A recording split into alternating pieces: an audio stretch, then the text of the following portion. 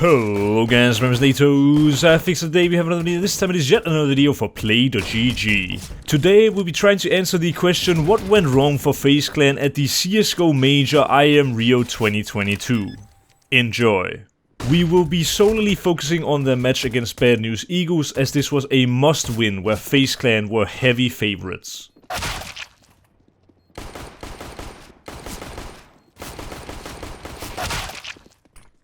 FaZe ended up playing Vertigo, a map that they have no results on in the last 3 months, and it's because the veto went like this. I think FaZe took a massive gamble in the veto against an underdog and thought that Bad News Eagles were unwilling to play Vertigo against them. If I am right and this was the gamble that FaZe were willing to take, the map pool would have instead been Dust 2, Nuke, and Inferno. With that out of the way, you now know where the troubles began for FaZe, as Vertigo should have never realistically been played, but FaZe were willing to gamble and unfortunately Bad News Eagles called them on it. After winning a convincing pistol round, the troubles continued for FaZe, who would lose the following round. When watching FaZe Clan play, you expect a superstar team to deliver superstar level individual performances, and yet it was the Bad News Eagles who delivered the most of those. After a double entry on A, Bad News Eagles quickly pivot over to the B bomb site. Even though Twist gets one kill, he quickly gets traded and the round is over and done with. If my theory about the veto makes you picture me with a tinfoil hat, watch Kerrigan here fail his early yellow smoke on A. In this best of 3, there were actually a few key rounds that Robs won by doing an aggressive move that would just straight up net FaZe a round. In this one, FaZe have so much utility that Bad News Eagles can do nothing but save. Round 14 is one of the most important rounds here on Vertigo, not because of the impact it had on the game directly, but of how it exposed FaZe Clan's difficulties on the defensive sides. Brokey goes unchecked in a godlike position and gets rewarded with 2 kills. Unfortunately, he cannot stay alive for very long, and when Kerrigan moves out to try and help him, he too gets taken down. The Bad News Eagles take extra time on setting up their next play, and in doing so get rewarded with yet another kill onto Robs. Shortly thereafter, Fletcher goes down to the hands of Twists. With the info gained, Scenarii now has the upper hand in the one-on-one.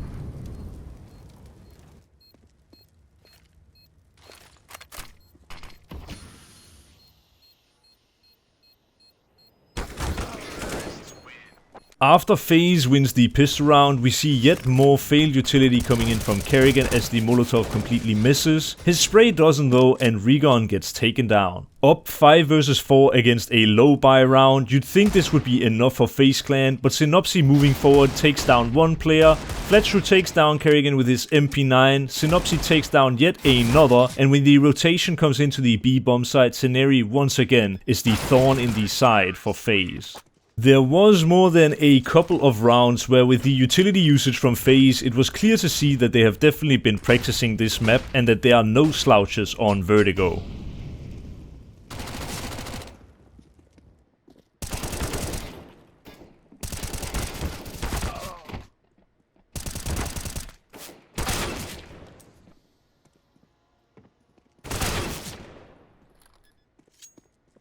Round 26, and we are nearing the 30 as Bad News Eagles are now only up with just one round in a 3 versus 3 scenario. B&E are first to make their move as Synopsy takes down Rain over towards Scap, and with lightning quick response time, Synopsy smokes off the bomb and defuses at an angle.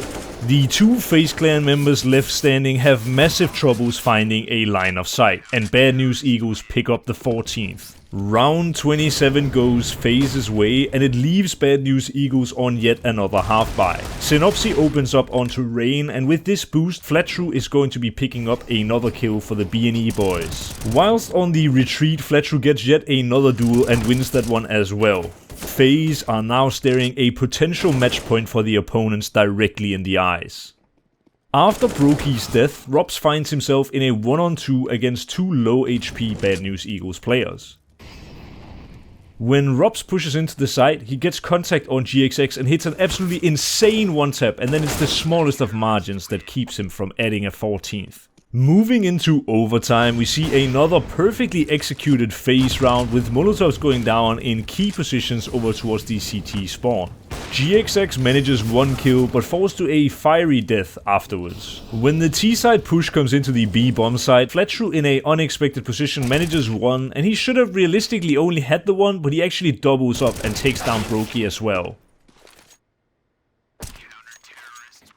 In the last round of Vertigo, Twists pushes up and gets 2 kills, almost even a third, but after this happens, a lot of kills go back and forth. It leads us into a 2-on-2 clutch with the bomb going down on the A bomb site. When Rain peeks with the flash, he gets absolutely domed by Synopsy, and it once again leaves Robs in a 1-on-2. The Bad News Eagles take map 1.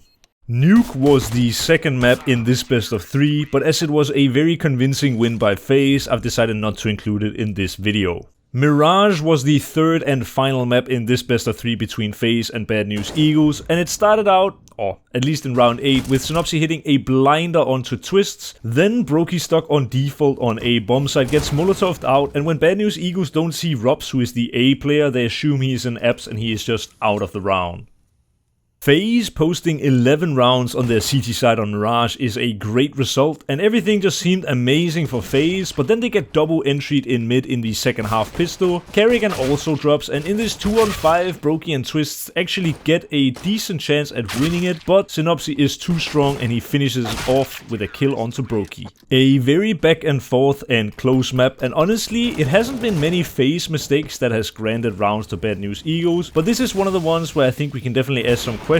A Molotov jungle and a smoke top gun should be an invitation for the FaZe players to take some space, and yet it is only Robs who gets into a forward position. Vigon takes 2 kills with the AWP, and with Robs' position being known, it is hard for him to have further impact. It leaves Rain in an unwinnable 1-on-4. A few rounds later we enter overtime, and what I mentioned earlier on Vertigo was that FaZe kind of was lacking this star power that was very clearly there for Bad News Eagles, like this wallbang from GXX and the double kill from Saneri. This 2-on-4 is simply too tough for Robs and Brokey to crack, and they do lose the 31st round.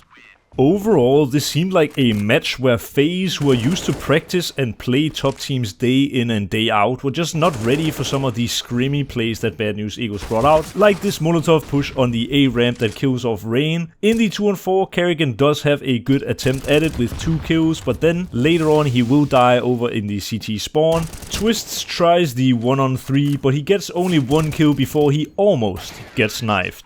19-19, and the game is slowly coming to a close. Robs takes down one player in mid and gets traded, but look at this banger from Synopsy onto Twists. Then he's gonna keep making his way up short. He's going to Molotov off the rotation kitchen, and he's even going to make it one better with a kill onto Carrigan.